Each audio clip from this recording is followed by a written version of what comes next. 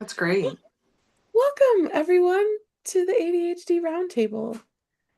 This is a place where we have an open roundtable discussion about ADHD to bring normalcy to neurodiversity while engaging in deep conversations and having fun. So, if you are a person with ADHD and wanting to learn more about your ADHD or recognize that you are not alone, you're in the right place.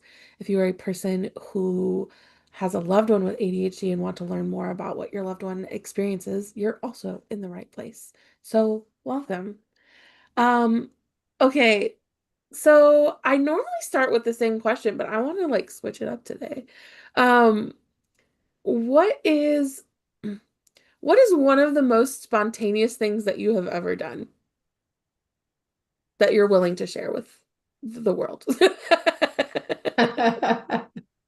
Oh, Mary, you're gonna go first on that one. I've got to Okay, think I can about go it. first. I can go first. Yeah. The list is numerous. I I think probably one of the biggest things though is that I will spontaneously book a trip, and I at best do minimally check with my husband. And we have two kids also, but I haven't done this very much recently. I don't travel as much since I don't know 2020 or something, but um, yeah, in 2019 he had just started a new job, and I booked a trip to Hawaii without telling him or having him check with his boss because I was like, well, it's a you have an unlimited what is it FTO, flex time off, instead of paid time off. And I was like, I think it's gonna be fine, and it was great. It was so awesome. But he was like, what is on my calendar right now? What is this thing? And I was like, that may be a trip that I booked, but it it was on Southwest. I booked it with points. It's totally refundable. Like no worries if we can't go. But that's probably one of my biggest things. Trip to Hawaii. Yeah. I Yeah. love that so much. I'd wanted to go so badly and I'd never been. And I was just like, let's do it. And we've gone several times since then because it's like one of my favorite places to be. Mm, So, amazing. what about you, Jen? Well, there's my medicated self and then my unmedicated self, right? Hmm. When I was in college and unmedicated, I was kind of more like quick trips of just, yeah, like we're just going to Bend. It is what it is, and just dropping everything, right? Um, Now I have a very grounding spouse, who I very much appreciate, that talks a little bit more regulation into my system. I think that when I heard this question, the first thing that actually made me think of is one of those like coulda, shoulda, woulda moments where I was like, why did I not do it? Right. And I guess it would have been 2 years ago. I had an opportunity to get Taylor Swift tickets for Seattle about 36 hours prior.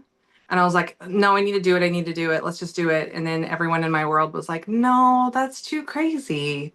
So I think I have a really regulated sphere now, which helps a lot, Mm. you know? But yeah, pre medication, there was a lot of just drop and goes. Yeah, where you're just like, I'm gonna leave for 5 days. I'll see you guys later, you know? Yep. Yeah. What about post-medicated? Oh, I don't know. I think it's little things, right? Where you're just like, want to buy a watch, you know? Mm. Or, I feel like because I had to pre-medicated, I had to organize my life so much just to function that now with the medication, it's like I've almost got like a triple lock system, on just like preparing things and being more methodical about stuff. Because I do have a husband and two kids, just to not go up off the deep end and do something too Same. spontaneous. I Yeah. probably should do more spontaneous things, but we're very square. The two kids thing really locked down my spontaneous They stuff because you're square you like, out quickly. They it's not do. worth the extra loss of sleep to just like drop everything and Yes. go on a trip. We need to prepare for that. Yes. Yes. Mm. Yeah. Yeah. Yeah. No, yeah, everything's very planned out. I mean, I'm still having fun. I still go on like a girls' trip every year, like go, somewhere just with my husband. But kids, yeah. And they should. Kids ground us a lot, right? Yeah. We wouldn't be doing it the right way if they weren't grounding us. Yeah. Those The spontaneous stuff that you guys shared, what were they things you regretted at all? No, yeah, No. that's amazing. No. I do a lot of furniture purchasing that's spontaneous because it's on Facebook Marketplace. So like you either do it now or you don't get it. True. And it is always because like I've had a spot in my mind where I needed something and I find the perfect thing. And but like the other like a couple of weeks ago, I came home with a hammock and my husband was like, okay, sure. But it's almost never things that I regret because usually I've been thinking about them in some format. Like they're like a nebulous thing that I want to do. And then like I see all of the like I told my husband, like, I feel like I'm running like simulations on all possible outcomes of things just continuously in my head. And so like when I like suddenly have like a simulation that aligns and is like, here's the solution to your problem, then I just do the thing. But I don't think I generally I don't feel like I have much place in my life for regret because I feel like all the things are how you get where you are. But I completely agree. Like yeah, regret's not really a thing I play with, right? Like yeah. it's you think about those like really minute choices and then how that turned into something so much bigger. And I like where everything went and what way it steered, you know? But yeah, marketplace is a hard one because that dopamine rush is good. I know it's so bad. The Oh, thing that that's a stops good me the one. most is having to drive to get things. I'm like, oh, that's farther than I feel like doing today. Nope, I'll pass on this one. Oh, Yeah. I I have, if you are new to the ADHD Roundtable, welcome. I I am an ADHD coach who does not have ADHD, and I also have very many spontaneous moments in my life. And I was thinking about this question earlier for a lot of reasons, but um, one of the most spontaneous things I have ever done was gotten a tattoo. I Do thought you about the regret it? tattoo I wanted and got it the same day. I love Um, that. it's Do you this, like it? I do. It's the circle one right here. Oh, I like Oh, that. That's really cute. cool. I was getting my, funnily enough, I was getting my life coaching certification in Ojai, California. And one of the things that they taught us was this circle of awareness, basically like being aware of yourself and other people and the relationship between me and this round table, between me and Jen, between me and Mary and me, like, et cetera, et cetera. And one of the things that they talk about is people tend to be innies or outies in that respect. And I was like, I am always aware of everyone else, but I am at that point almost very unaware of myself. And so I got the tattoo to remind myself to come back to myself. Um, yeah, most of my tattoos are reminders, but I and it was just a fun story because I was like, somebody that was there, I was like, she had tattoos on her, and I was like, hey, do you want to do something crazy with me? Because I also didn't have a car on this trip. So she had a car, was willing, and we like figured out a tattoo place to go to that day, went and got it. The tattoo artist was someone who has jumped out of a plane while giving someone a tattoo. So like this was the best thing ever. Uh, And so part of the reason I wanted to talk about that spontaneity is like I think a lot of times people talk about is as impulsive with ADHD, and there's some truth to that, but it doesn't always mean it's bad or wrong or something we're going to regret. Like a lot of the times I think neurotypical people don't act on their impulses, and that can be negative. And so being able to do it in a way that's like supportive and helpful and beautiful, like why not take the trip to Hawaii? Why not take the trip for 5 days? Why not get the fucking tattoo? Like, there's nothing wrong with it. I that's one of the things that I really love about I have a love-hate relationship with my impulsivity, spontaneity. Yeah. And my husband is like very like he's awesome. He's like my perfect counterbalance. Like you were saying, Jen, like he's like very grounding and he's very much like, do you think you have time in your schedule for all of the things you have planned today? That's specifically today, uh but he oh my gosh, ADHD, the thought's just gone. Anyone? He's What was I very talking about? grounded, but you love, hate, spontaneous, Oh, impulsive. he is not big on spontaneity. He's like, this is the thing that we planned for today. This is what we should be doing. And I'm like, what? No, let's go do something different that's fun. And so like that's part of the fun part is like then we end up going and doing the thing. And he's like, okay, that was really fun. But Are we married to the same person? Because like I've always heard it'd this be hard to analogy that there's do. a rock in a relationship and a balloon in the relationship, or a person, balloon person. And the balloon person is what you imagine, like just needs that grounding and needs that rock. And the rock is fascinated with the balloon and like wants to be tethered to it and is like, how are you who you are? And I'm like, yep, I'm being a balloon right now. I need the rock. But I Yeah. think the spontaneity, something that I always really push back to, especially with like business decisions, is connecting that with your gut instinct. And like when I make a decision, I'm done. Like I don't dwell on things. I like if I've had like that good gut tickle, that's the way we're gonna go, right? Yeah. And it might look spontaneously to outsiders, Yeah. right? But I think because we're kind of hyper wired, we can make those critical decisions faster, right? Yeah. And then kind of listen to that core energy of like, is that the right thing or not? Yeah. So that's one of those superpowers that I love that we have.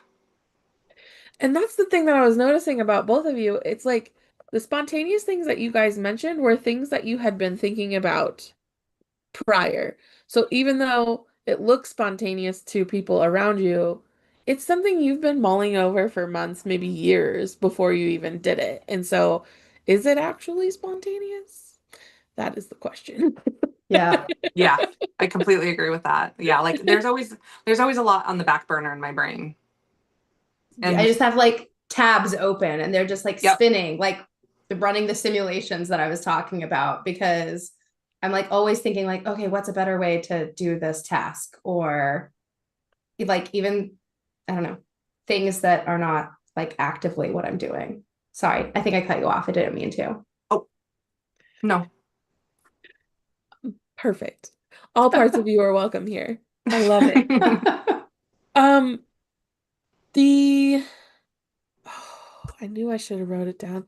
My brain lately has been real fun. Um, okay, you both have these magical husbands, it sounds like. Um,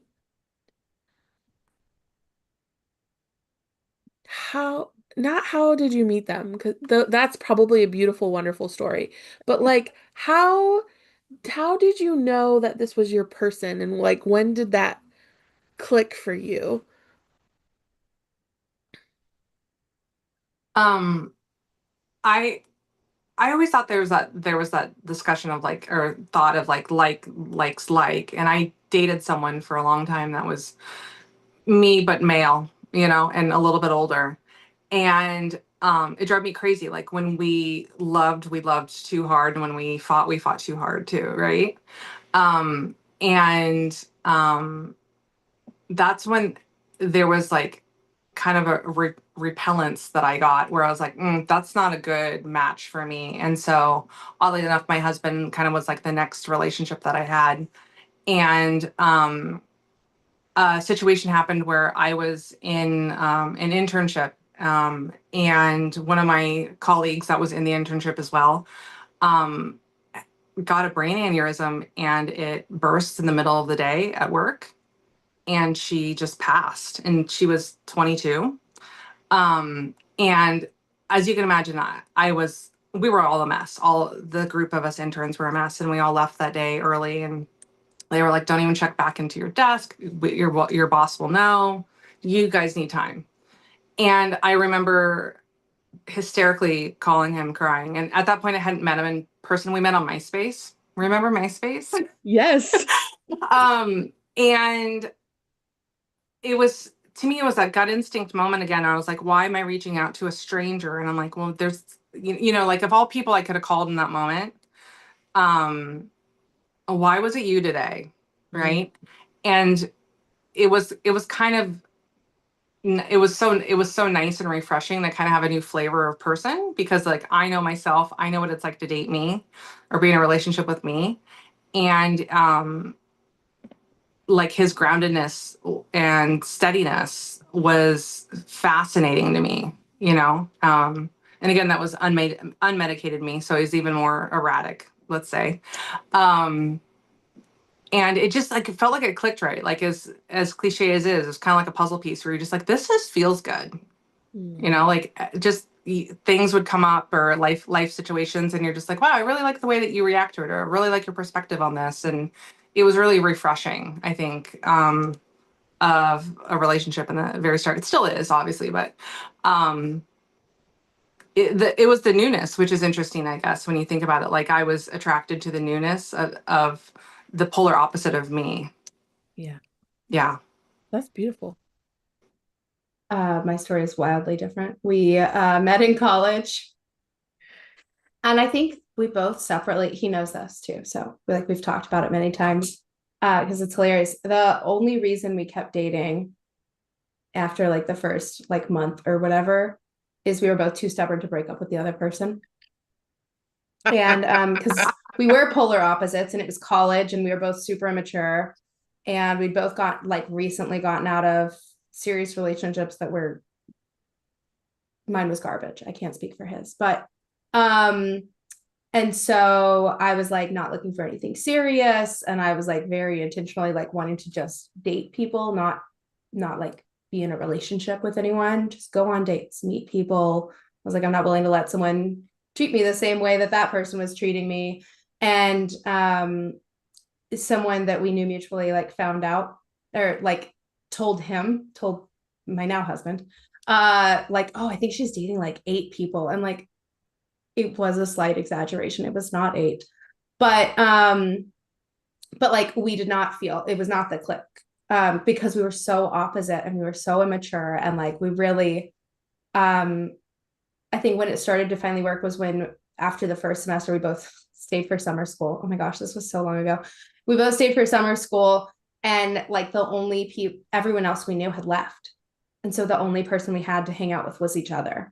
And we like finally started figuring out how to work with each other, and like ours was very intentional. Like we very intentionally have cultivated our relationship to be the way that it is. And it's like I think one of the biggest things we've done, and my husband is so grounding, and like I would be like losing my shit and he'd be like, he'd just very calmly like approach me about the thing and be like, hey, let's just talk about it. And it was like so different than any relationship I'd ever had before.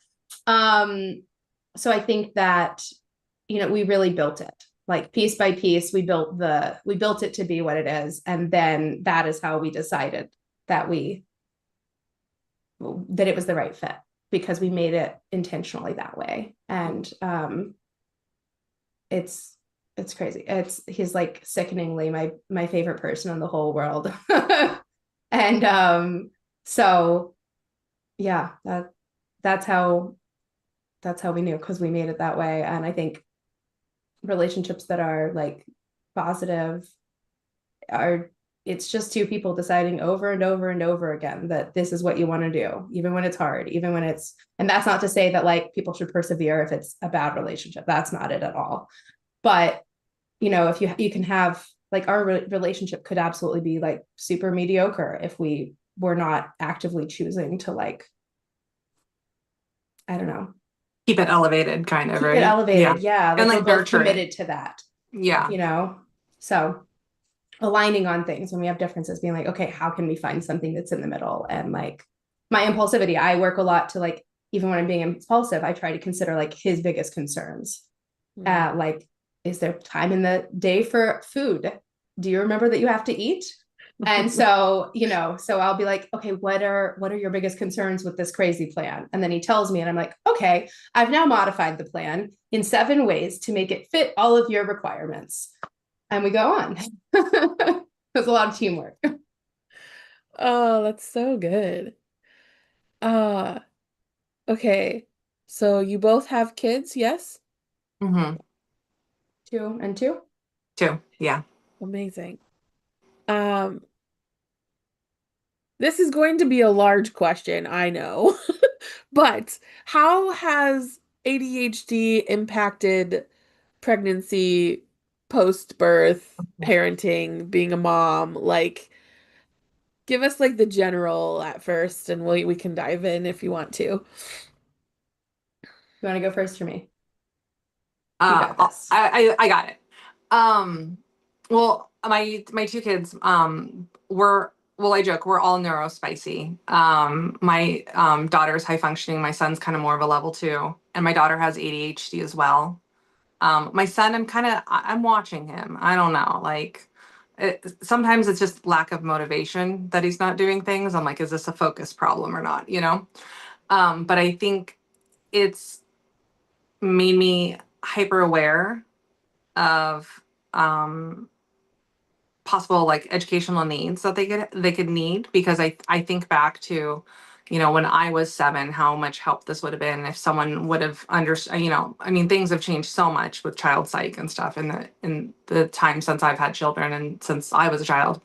Thinking of like the resources that there are for my children, and I love that I was a late diagnosis ADHD er and it was by having the kids that I finally hit that break point that my whispers kind of turned to screams, I'd say, that I needed help. And before that, I just looked like a really high functioning overachiever. And my candle was always being burnt at both ends, right? And it was finally having the kids that like the two ends connected. And it was like, okay, you're finally able to just say that this isn't working, you know? Um, I have to do a lot of lists and calendar reminders because I still space out about things. Like I have a reminder to pick them up every day at school. Like I know I need to pick my kids up, but like you worry about it almost twice as bad, right?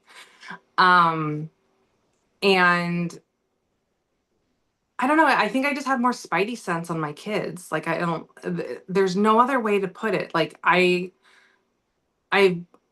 I see other families having that lack of like attunement with their kids, and it really makes me sad, because I don't know if, again, if that's an ADHD, if that's a neurospiciness thing that we've got or something, you know, but um I don't know. And then I also kind of think too, you're giving the kids that were meant for you know, like not to be like weird and religious or anything about it, you know, but like them as projects were given to you for a reason, right? And they're in the right space and they're in the at the right time. Um, and yeah, that is a huge question. That Yeah. is a massive, massive question. Yeah, I know. But yeah, I think it's the hyper vigilance and awareness, um, and like going down the rabbit holes and like medically advocating for my children has been huge. And the fact that I can hyperfixate on things to find out, is that what's going on or not, you know, and finding those resolutions for my kiddos. Yeah. Yeah. Yeah, I love that. I think that so I have a bunch of pieces. I have I'm like really hypersensitive to everything, like a lot of sensory issues, and I always have. And I feel like yeah, right. Yes. Well, I'll share more about that during the shameless plug section. But my business is based on that. And so it really brought to light a lot of the things that I was feeling. And like, so pregnancy and postpartum were really hard because like there's just a lot of stuff happening. Like I could literally feel my guts moving around and like just things that you don't ever expect to experience. And I was like, oh, I did not know what that was going to feel like. It was weird. And then like postpartum. So my kids are not, they're just not good sleepers. That's like, they have so many awesome strengths, and that's not one of them. I have not slept in 6 years, and I so mean that seriously. Like I have not gotten more than 5 consecutive nights of sleep in 6 years without interruption. So I'm exhausted. But my like last year I started taking Lexapro because the burning the candle at both ends was happening and I didn't have any way to manage. Like I've always had super high anxiety. And I don't think I realized how bad it was until I started taking Lexapro. And I was like, everyone has just been out here living. What? Like raw dogging it, kind of, right? Like, yeah. So I can't say enough good things about Lexapro. It completely changed my life. But like the sensory overwhelm with parenting is just off the charts for me. Like I was talking to Jess about this last week. I need help with that because I like do everything that I can to keep myself calm because I know like they are literally not capable of self-regulating. My kids are 2 and 5 right now. And so like they're not capable of self-regulation. My 5-year-old is almost there. But like they rely on me. So if I'm losing my shit while they're losing their shit, nobody is getting regulated. And so, we live in Oregon where some things are legal that are helpful. But I think it really has made me hyper aware of the impacts of the sensory stuff during parenting. And I've like built my business around that aspect. And it makes me really relate to and understand my kids better. I also think that like I have like some sensory processing things, but like hearing, it's really hard for me to understand what people are saying a lot of times. And I think that my brain has to do so much work that when I'm talking to a kid who is learning to speak, I actually can understand kids a lot better than most other people can. Like, I'll talk to someone, they'll be like, oh yeah, my kid's not really talking. And then I'll talk to them and they'll have like 7 words that I can hear pretty clearly. And the parent is like, oh, I don't know what you're talking about. I have no idea what they're saying. And I'm like, they just said they want more blueberries, please. Like, what are you talking about? But because of that, like, someone else was telling me they like come hang out with us and they have a smaller baby and who's just barely talking. But like we were like having whole conversations recently and the mom was like, oh my gosh, my kids learn so much when they're here. And I just felt really special. And I think it's like an ADHD exclusive thing that I can tell what they're saying and I can like relate to them on a different level. And like, I don't know. I feel I have so much more joy for my own ADHD, which wasn't low to begin with, actually, since having kids and seeing like they're both my kids are definitely neurospicy in a variety of flavors, and they're awesome. Like it's so much easier to see like how cool these strengths are in them, and then like being aware, like okay, they're watching me, they're watching how I deal with my sensory stuff, they're watching how I deal with my anxiety or whatever, and so like it's really helped me improve myself, like embrace who I am and lean into it further in a positive way. And I don't know if I actually answered the question. I was somewhere like around it. I think I like circled it, but I asked a very, very broad question. Okay, cool.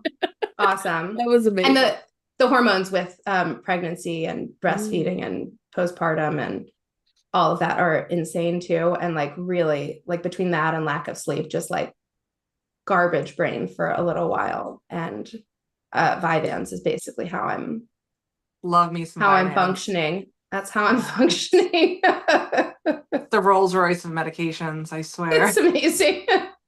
Delicious. Yes. I love that. For those of you who are watching, there's many episodes of the ADHD Roundtable, and for some, Vyvanse is the answer. Some, it's a different type of medication, and some, it's not medication. And so know that there is no right or wrong answer. You have to figure out what works for your body. And I know both of them would say the same thing, but I just want to reiterate it. Speaking of, there's no right or wrong answer. One of the things I love asking ADHDers on this platform is how you came to know and understand that you have ADHD, because everyone has a very different journey and story, and somehow it's the same at the same time. It's very interesting. But again, there's no right or wrong way if you have been diagnosed or not. But if you would like to share, I would love to hear it. I'll go. I want to say about high school, I just knew my brain functioned differently than others. I started feeling the kind of the candle at both ends was burning. And functional wise, or like on the outside, I was the overachieving, like child and was in every club and every sport and getting into every school that I wanted. But it just felt like I was having to work a little bit harder than others. Um, and so I remember going to the doctor and saying like, hey, is that something I can look into? And they're like, no, you're fine. You're functional. Like you've got relationships with others. You've got great grades. You're doing all these activities. Like, what are you worried about? I was like, okay, weird. I'll just ignore that, right? College hits. And I hit some walls, like some pretty hard walls where I'm like, this is just too hard to function. And started having the burnout, really hard burnout. And one of them was I came down with mono and actually had to drop out of a term of school because my body was kind of keeping the score so hard. Yeah. And coming back out of mono, I had no idea. I had no idea mono is as serious as it is. I mean, I was in the hospital for 2 weeks, just Wow. recovering. Med students were studying me and going like, wow, your labs say you should be doing this, but you're not, And so I remember bringing it up again and they were like, you're just wanting like a party drug. You don't have ADHD. You've got great relationships with others. You're not impulsive. You're not like breaking the law. You've got good grades. Like it was the same speech, just a different doctor. And I never on a core level, I never believed that, right? So I just kind of like kept advocating for myself over and over and over again in every different like situation and spot of life. And so at first, I mean, to kind of get down the rabbit hole of like diagnosis, right? They said I get into the, oh, you have anxiety. Okay, so then we get on anxiety meds. And it takes off the kind of the cap of the iceberg, but the iceberg's still there under the water, right? And then they're like, oh, maybe you've got a little postpartum depression. So like, let's do that. And it's like, nope, still all there, right? And we literally went down the road of trying, 6 different options of what this could be until I finally was listened to. And it was like, this is probably ADHD. And I was tested. And the guy that tested me, laughed at my test score mutually with me because he was like, this is absurd that you've had to advocate this hard for 15 years to be listened to. And he was like, I wholeheartedly believe what you're talking about. And then I've had a therapist for almost a decade, I think now. And I remember telling her the first time that I did take Vyvanse, it was like it was this beautiful silence, I think is the best way to put it in my brain. Like where I was like, wow, I can like really smell the roses per se, right? And like really, admire that pretty flower because I'm not thinking about the 14 other tabs in my brain right now, right? And the hypervigilance went down. And the obviously the anxiety went down. And it was just like this calmingness. And prior to that too, I just remember too, I was self-medicating with caffeine, which that's so counterintuitive and doesn't really work very well. Even though I still do it. I'm not gonna lie. And it just was a frustration of now looking back that, kind of along like with brains on the spectrum and ADHD really kind of being comorbid or are the same, that unfortunately a lot of the medical community just doesn't believe that it happens with women and girls, like that it's just the boy thing. And if you're not physically bouncing out of your chair, you don't have ADHD, right? You have to have the physical um, hyperactivity, and the mental hyperactivity is completely ignored or just not even discussed at all.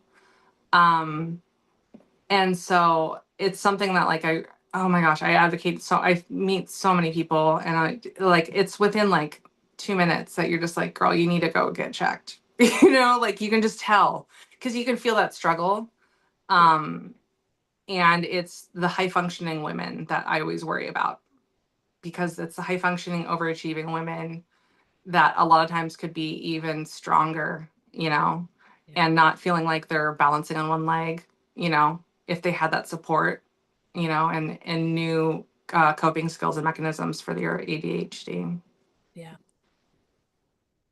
Wow. Thank you for sharing that. Yeah. And kudos to you for continuing to advocate for yourself for 15 years. That's amazing. Yeah. Yeah. I'm a little persistent.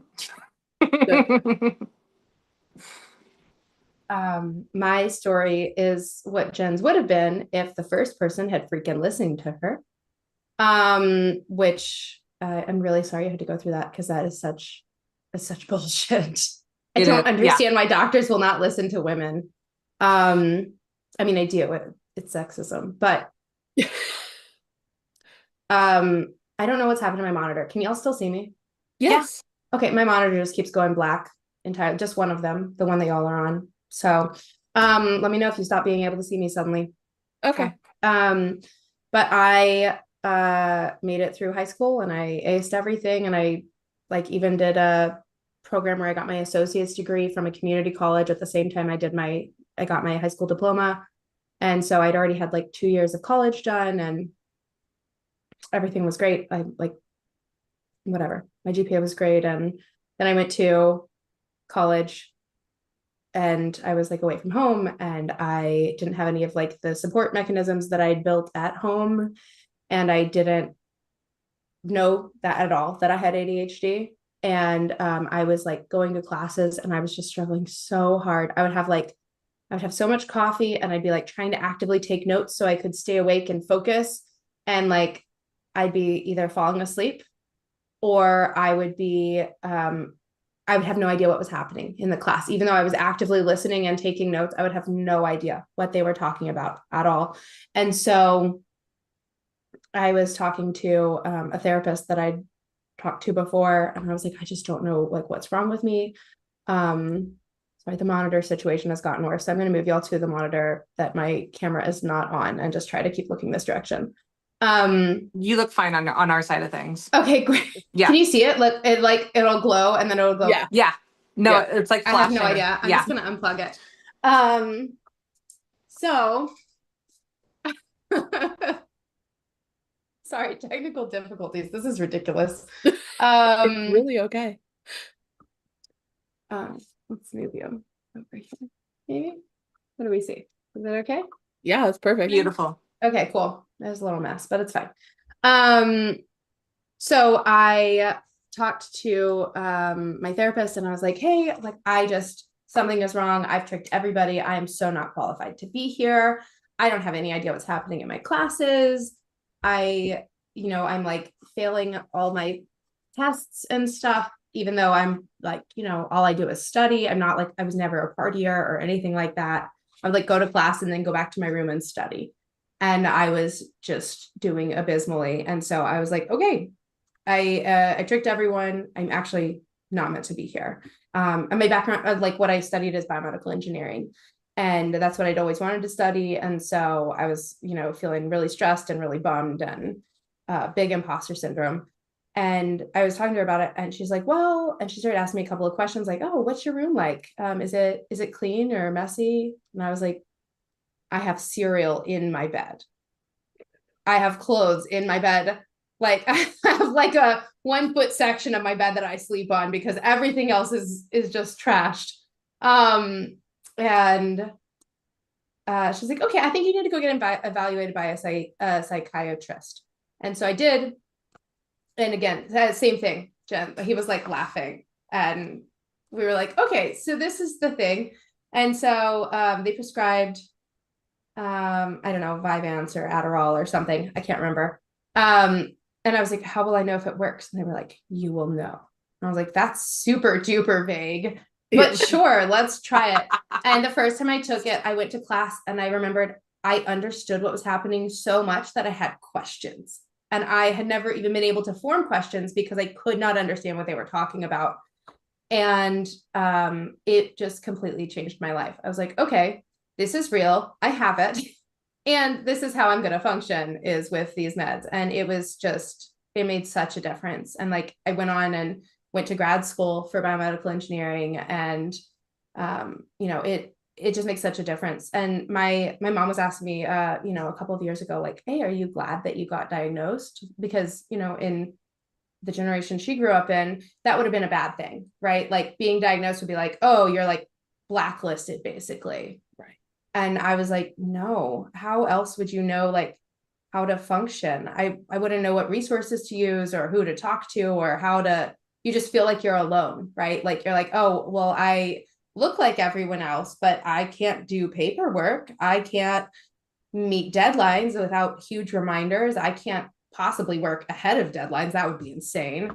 And so, I'm thrilled that I got diagnosed, and I'm so appreciative, even more so now, that my doctor like listened to me when I was like, hey, I think something is wrong with me.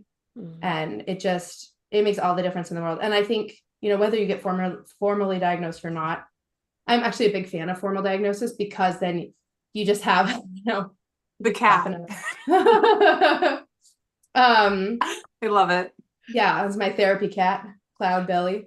It's not his name though. But it just makes such a difference, I think, to really feel like, okay, I'm not broken. For a long time, even after my diagnosis, I was like, oh, I'm broken. There's something wrong with me. And then I started to realize like, it's not, you're not broken. It's not a deficit. It's just literally that my brain works so much differently. And in many cases, it's a superpower. But you have to figure out how to do that. And I don't know how you're supposed to figure that out if you don't know what it is. Like if you don't know what's different about your brain, I don't know how you're supposed to find the joy and the positive in it, unless you're just really excellent at that by yourself. But yeah. Oh, thank you both for sharing. Highlighting people's stories is so important, because there's no right or wrong way to get to the same conclusion, and everyone does it differently. And so thank you for adding your stories to the ADHD Roundtable. I really appreciate that. So tell us who you are and what you do and whatever you would like to shamelessly plug on this platform today. Well, I'm Jen Fox. I'm an esthetician in Oregon City. This is actually because of my ADHD. This is kind of my third career, I joke. I first was a wedding planner for over a decade, had my own business, and I did a lot of events, Portland Metro, wine country, a little bit in Hawaii. And then my husband and I kind of mutually decided I wanted to stay home when we had kids. So I stayed home until the kids got into elementary school. So we had kind of that full day coverage. And then when they started going back to school, I went back to school as well. And after kind of pulling back to that second question, after my diagnosis, I had kind of this little depressive zone of like the coulda, shoulda, wouldas, right? Like if I would have found out earlier, if I would have done this, if I wanted to do that. And one of those is like, I know for a fact that if I would have had been listened to in the beginning, I would have gone into dermatology. Know it for a fact. I know I would have pursued something harder, in college, but I knew I couldn't have done OChem and chem and anatomy and physiology. There was no way it was going to happen. And so I kind of found like kind of the best next thing, which is aesthetics. So about 10 years ago, I started really struggling with my skin when I got pregnant. I never had skin problems before. And I went down all these rabbit holes on how to fix it. Nothing was working. And I found out about Korean skincare and kind of the Korean skincare philosophy. And now I basically share that with the world. In my small little studio in Oregon City, I focus on Korean skincare. And one of the things with that superpower that I've found is that there was kind of a hole in the market with some of the technologies that of products I was seeing in Korea, but they didn't have US distribution. So I found a chemist and a manufacturer and a distributor and made them myself. So yeah, so I have my own skincare line as well. that's It's called so Skin and Tonic. awesome. Yeah. So I'm Gin and launching tonic, is that what you said? yeah, Skin and Tonic. I'm I love launching my Skin and Tonic. fourth product. It's on the way. It's literally being shipped right now. So in like probably a month, I've got a branding shoot and things getting ready and going on that. So it feeds that entrepreneurial spirit of mine. And I get the geek out on the science side of it when it comes to formulations and ingredients. And I love seeing what it does for my clients, for their self-esteem and their confidence, and their like kind of personal empowerment when you're feeling better about how you're forward facing and facing the world. Um, so yeah, so I'm basically just I'm a little esthetician just trying to conquer things and make more smiles. Okay. So obviously, if they want the like treatment, you got to go to City. But if they want your products, can they order from anywhere? Right now I just have it in my studio, but this summer, probably end of July, I'll have a website up Sweet. and ready and going. I'm waiting for my trademark through the US Patent Office right now. And that should probably be coming through in August, just to make sure that all my, Yeah. things are dialed in and locked up. But yeah, it's very, very fresh and new. So Congrats. by this time next year, it'll be very different. Yeah. Oh my gosh, So that's You'll get to have a little awesome. bit of me at your house.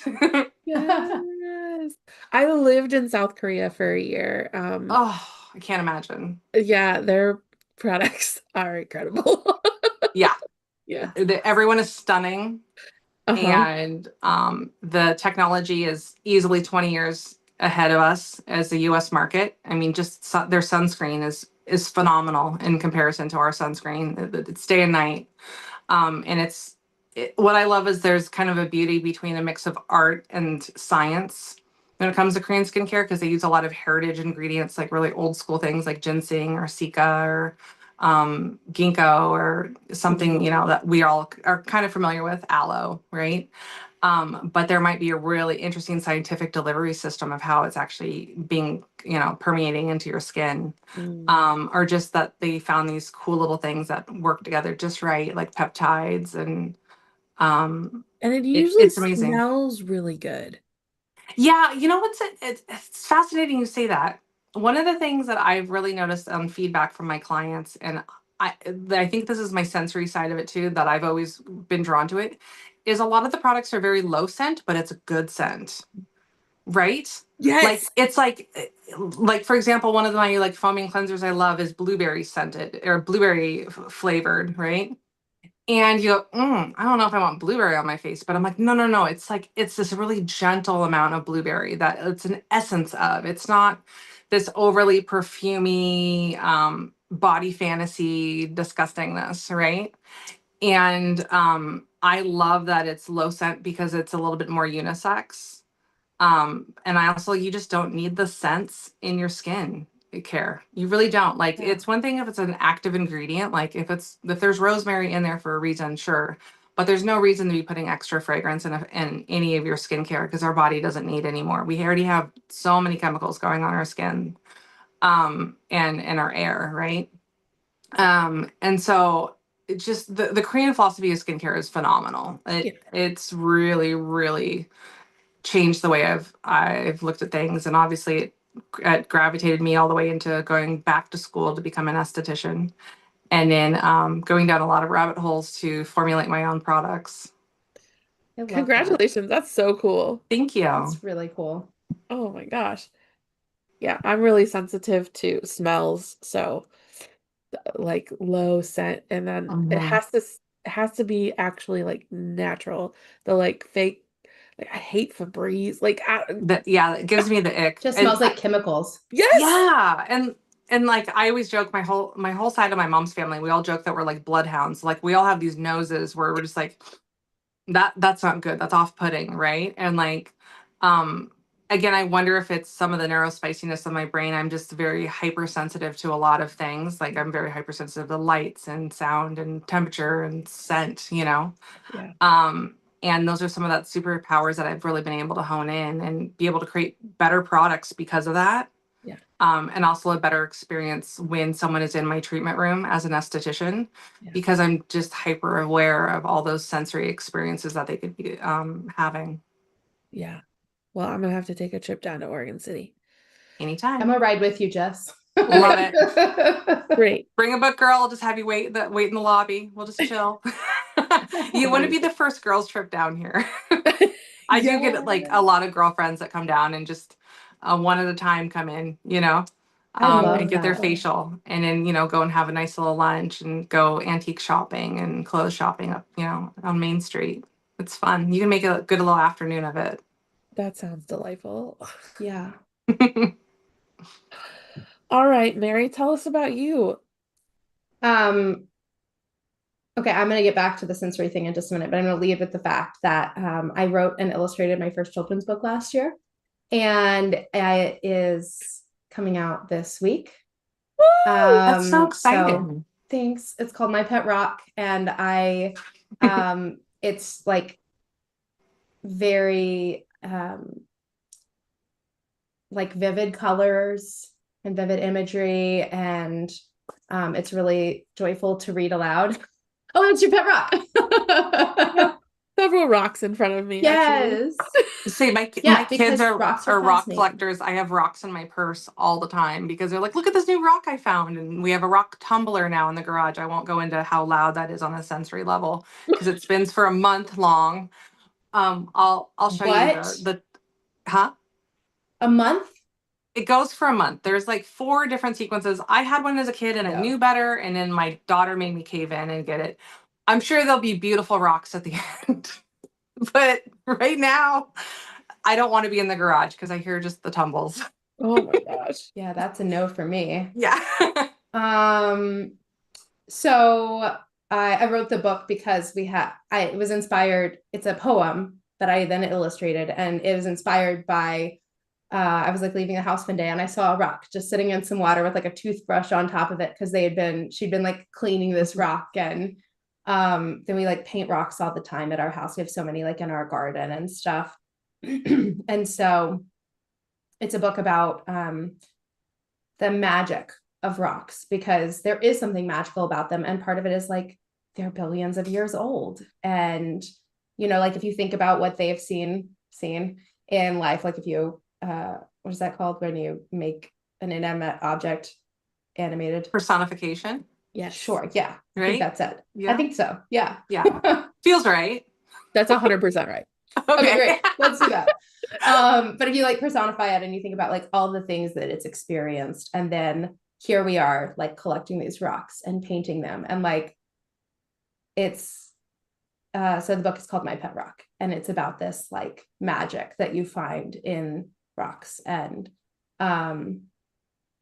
it's very like whimsical, and I think everything I do, I try to add like good into the world, and so it kind of aligns with that.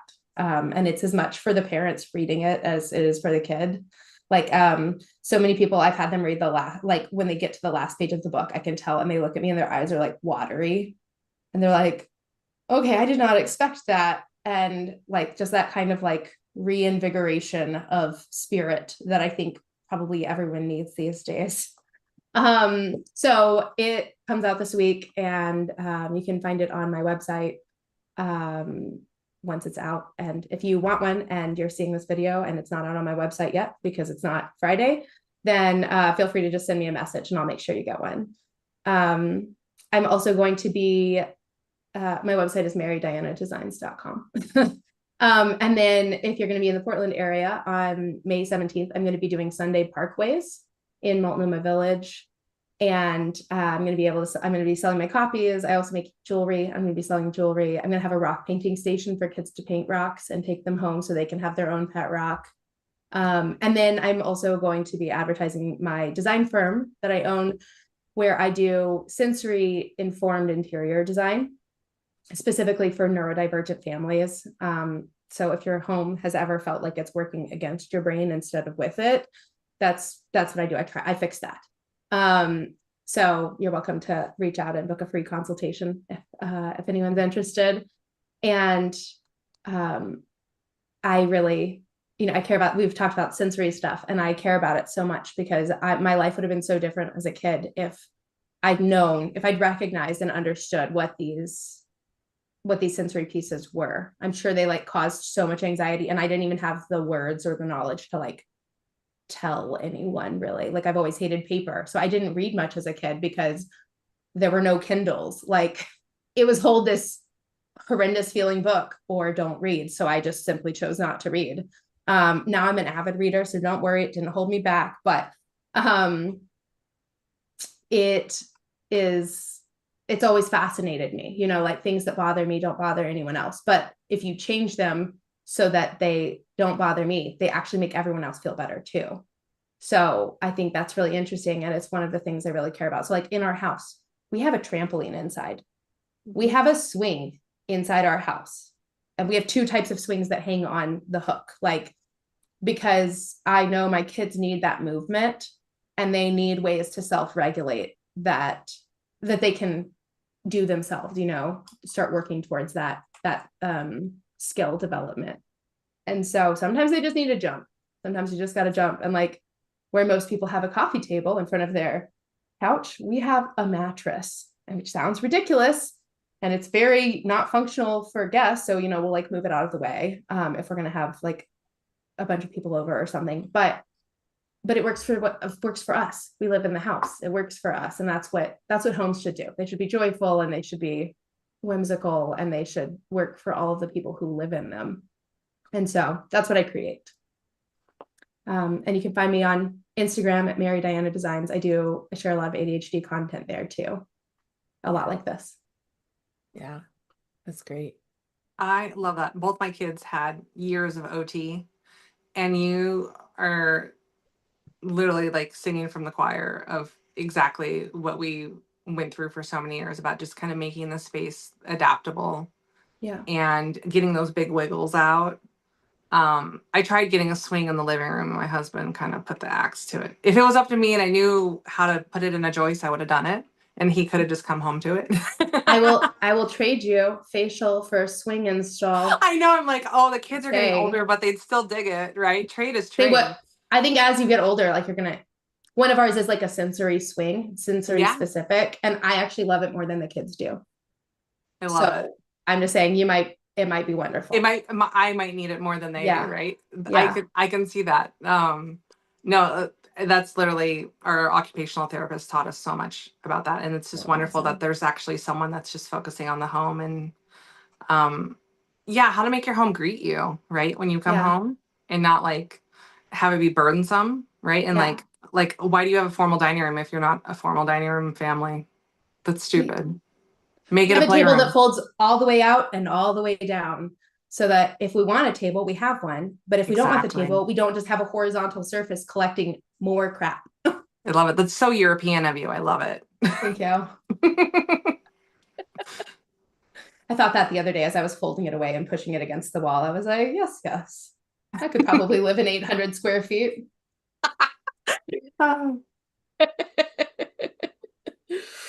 Oh, so good. Okay. I'm Jessica Bose, and I'm an ADHD coach, and there are a myriad of different things that I do inside of that, but the one that I want to talk about today is um I do I do one-to-one coaching. I often talk about the other things on this platform, and I neglect telling you about my one-to-one coaching. Um, my heart and soul loves to help people learn how to trust themselves and love all aspects of themselves. Because when we don't love aspects of ourselves, we're neglecting that part of ourself or avoiding it or pushing it away. And if that is your ADHD, um, that's actually a really beautiful part of who you are, and it gets to be loved and cherished and adored and cared for just as much as the other aspects of you. And the parts of you that you don't love and think are the worst parts of you also get to be loved and adored and cherished and cared for. Um, and some of being able to do that means learning to trust yourself and being able to thrive the way that these women are thriving is because they have built the capacity to trust themselves in their decision making and with their businesses and all these other things. And so some of that is fundamental and some of it is like super nuanced. And one of the ways that I like to do that is in a like container. So I'll work with a client for 6 months. Um, and we have 2 coaching sessions per month because you need to have space in between our calls in order to implement the stuff that we've talked about. But then I don't leave you hanging because 2 weeks is also a really long time if you're like, I need to remember to tell this thing to Jess. So I have this app called Marco Polo where you could just send me a message whenever you want to, so that you don't forget it. And if it's like, Jess, we said we were going to do this, and I'm not really sure how this works, or I forgot, or oh my God, let me celebrate this win. Like you have that space to do that and have access to me basically 24/7. I don't respond to every immediately, but, and then I do this with people with ADHD, and then I have different containers for it, and I have a particular track for people who are entrepreneurs, and you might need extra support. So then you have 2 hours a week to play with where I do like body doubling and helping you with your business and getting it done because sometimes getting started is the hardest part for an ADHDer.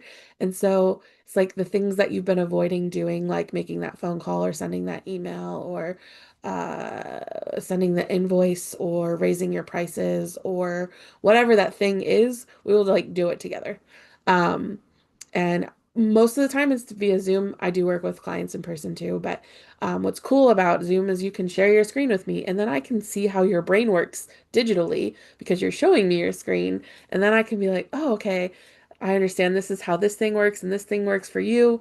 So then we can implement tools and systems that work in the way that your brain works and not how society says that you're supposed to do it, because there is no one or right or wrong way to run a business. Um, so we just kind of do it together to help set you and your business and your home life and your personal life up for success. Um, so if that sounds of any interest to you, I do a free strategy call where we just like talk about and see if we're a good fit to work together. Because the three things that I say, there's three fuck yeses for us to work together. I have to be a fuck yes to you, you have to be a fuck yes to me, and a fuck yes to the work. And if all those three things align, then we'll figure out in what capacity we'll work together. But um, so it's just like a vibe check call basically to see if we're a good fit to work together. Also, Um, I want to put in a plug for you also, which oh, is that thanks. like the since I started working with you, we were talking about like, oh, I was saying one of the things I struggle with is to finish projects. Like that last, 6 to 7% of the project is just so challenging. And I finished a project that I've been working on forever. It's like a mural in my own house that I've been working on for months and months. Like I just kind of like work on it when I can. Yeah. And I put it off and put it off. And we talked about that. And I was like, you know what? I'm just going to finish this and be done with it. It's like, so it's off my list and I get to enjoy the thing. So, but that was like Yes. literally specifically because of our call. I was like, I can do this. It's Yes. finishing a task. I can do it. Yes. Jess believes in me. I do. Closing the loops is a whole skill. It's a whole skill. And Yeah. there's this arc of beginning, middle, and end. And generally speaking, ADHDers live in the middle, and they're really good at it. Starting and ending the things is the harder part. That's the stuff I'm actually really, really good at, which makes me this, I don't know. People call me different things, the ADHD whisperer. So I had a client call me Professor X. It's like a really high compliment for me. Uh, so yeah, let's see if we're a good fit to work together. Um, okay, we get to, I have one more question for you both. Um, because I want to be mindful of time. What, okay, if there's someone watching this that actually, no, scrap that. What is one of your like tools, your ADHD tools, systems, something that you created, found, use for yourself regularly that you want to tell everybody about besides Vyvanse? She's my golden child. Oh my gosh. I'd probably say yoga. Mm. I started yoga 8 years ago off the top of my head. And I went into it because I was, thinking like, oh, it's something to do to work out and like the flexibility would be great and things like that. And I was really fortunate to find an amazing instructor. And I got so much out of the breath work. And it sounds like so hippy dippy and ridiculous, but it's amazing how much you can re-regulate yourself with your breath, and how, if you're not aware of checking in with it, how it can kind of take you away and run the show more than you should let it. And so I would say yoga, and then like maybe like even like sound baths, kind of on that same level. um it's amazing how I can come in with a, like set an intention during a yoga or sound bath, and walk out with the answer, with like, it just, I needed that quietness and that other focus. So yeah, yoga for sure. Nice. That's awesome. How frequently do you do yoga? Not enough. I probably, when I started, like I went balls to the wall and I was doing it like 5 days a week. Um, I try to get in at least once a week, at least. I think that really makes a big difference. My instructor that I started with is not an instructor anymore, and I constantly am begging her to come back because she's my guru. Yeah. And so I found another studio that's good, but it's still not her. And the sound bath, I can usually try to get in once a month. But I think one of the hardest things is making that time for yourself, especially as a mother, right? There's always someone else that needs something too. Mhm. And I really do try to prioritize at least once a week that there's some kind of physical activity class that I'm doing. Because if I don't, I pay for it in the long run. Um, yeah, it's it's very mind body. It makes a big difference on both sides. Like you kind of walk out of that studio refreshed mentally, but also physically at the same time. Yeah. Uh, the reason I asked about frequency is because that is oftentimes the struggle for ADHDers is like, okay, I have this goal, and then if Yeah, I miss it, then I have failed and I am done. But you said you've been doing yoga for 8 years, and I'm sure you've missed weeks. at least. Okay, here's my horrible funny story. I started it the day after election day when Donald Trump got his first election. Because I knew I needed something for my brain. The Put it as sweet as I can. I was in South Korea when that happened. Keep Yeah, going. yeah, we all remember it, unfortunately. November 9th. Oh, It was yes. November 9th. And I still remember during Shavasana, I could hear people crying. It was a group of women, and we are privileged white women, to say the least. But the fear in that room was, um, you could cut it with a knife, you know. Yeah. And I hate that was the reason that I finally got up and did it, because I bought a monthly membership to try out the studio is what it was. And I sat on it for months because I have a hard time starting, right? Yeah. And I finally was like, that's it. I have to get up now and I have to go to that class at 10 o'clock. And I did, and it was life changing.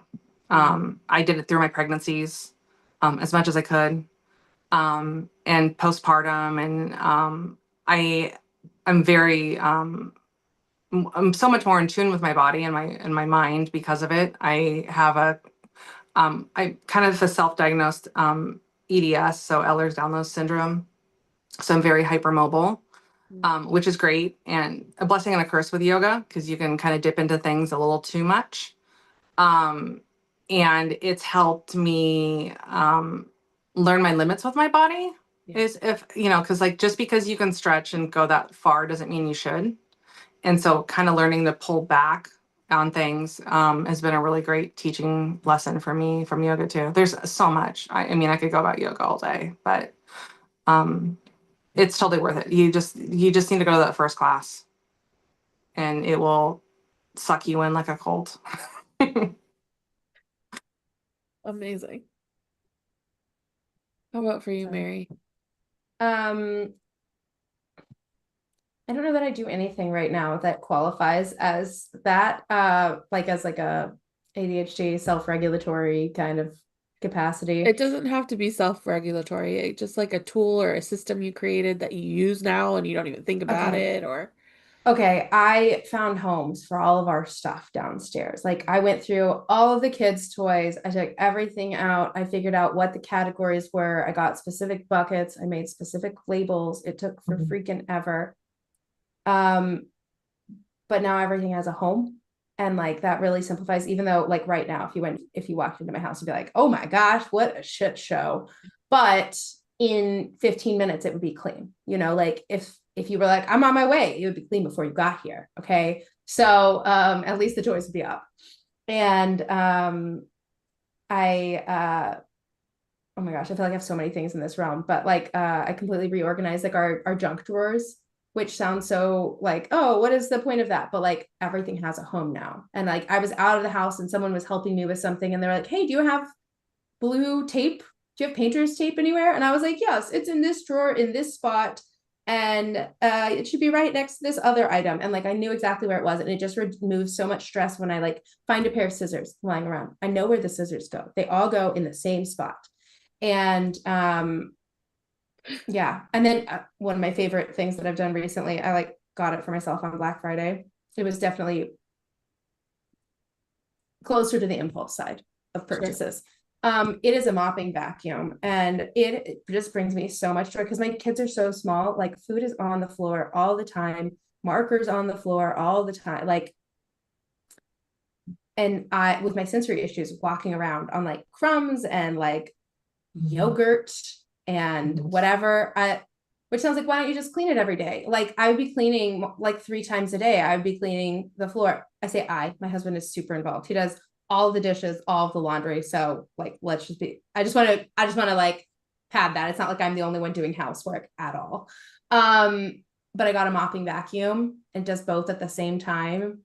And it's amazing. The hardest part though is cleaning out the tank afterwards, but That sounds like an ick. so it is an ick. And I've Maybe that's a definitely forgotten husband it a couple job. of times. You know, I like digging out know, the but trash then I because of the probably need to smell. take something. I need to take something back from him if I'm gonna leave that one with him. Yes. I don't know. I Swap don't know. it. Yeah, Yeah. I think I need to swap out because at this point I'm like, ooh, he's doing way more of the stuff than I am.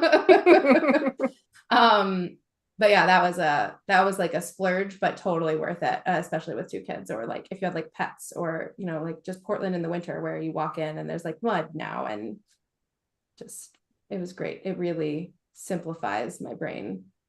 Yeah. Girl, I have a toy room for you. Well, it was my office, and now it's the toy room. Oh, you'd have so much fun. I'll let you know when we can come over. Okay. I'll clean it up enough and get Oh, that it's label fine. maker ready. It's fine. Bring the batteries and Yeah. tape. Be ready. Yeah. Okay, perfect. The scissors thing is so real. My mom, growing up, my mom would get so mad if she couldn't find the scissors because we didn't put them back where they were supposed to. And then I took on that when I got married. And I would get so mad that I didn't know where my ex had put the scissors. So I finally just bought multiple pairs of scissors so that there were some in every room, and there was like a pair that he didn't know where they were, so that I always knew where they were. Those are the Secret surprise stash. scissors. Yeah, secret stash of scissors. Oh my Because God. when you need a pair of scissors, it's like an immediate, like, two It's a second now. thing. It's not a later, it's a now thing. Yes. Yeah. And if you can't find them, like, it's so annoying. Even now, I live in a home with other people, but in my bedroom, there's I can see 3 pairs of scissors right from where I'm sitting because they're in the different stations where I might need a pair of scissors. I laugh so hard at this because I am the same way. Like I literally just had a crash out one day because I couldn't find the scissors. So I went and bought like 6 pairs, and now we always have a pair of scissors. And they're in every room, and there's one in the garage, and there's one in the laundry room, and even in my studio, which is really kind of, my space, like I've got scissors, I've got cuticle scissors, I've got scissors, I've got, eyebrow scissors. Because you need Because when them. you need one, right? Yeah. And like I've got my good scissors for only cutting ribbon for when we're doing a gift box, right? Those are like your fabric scissors.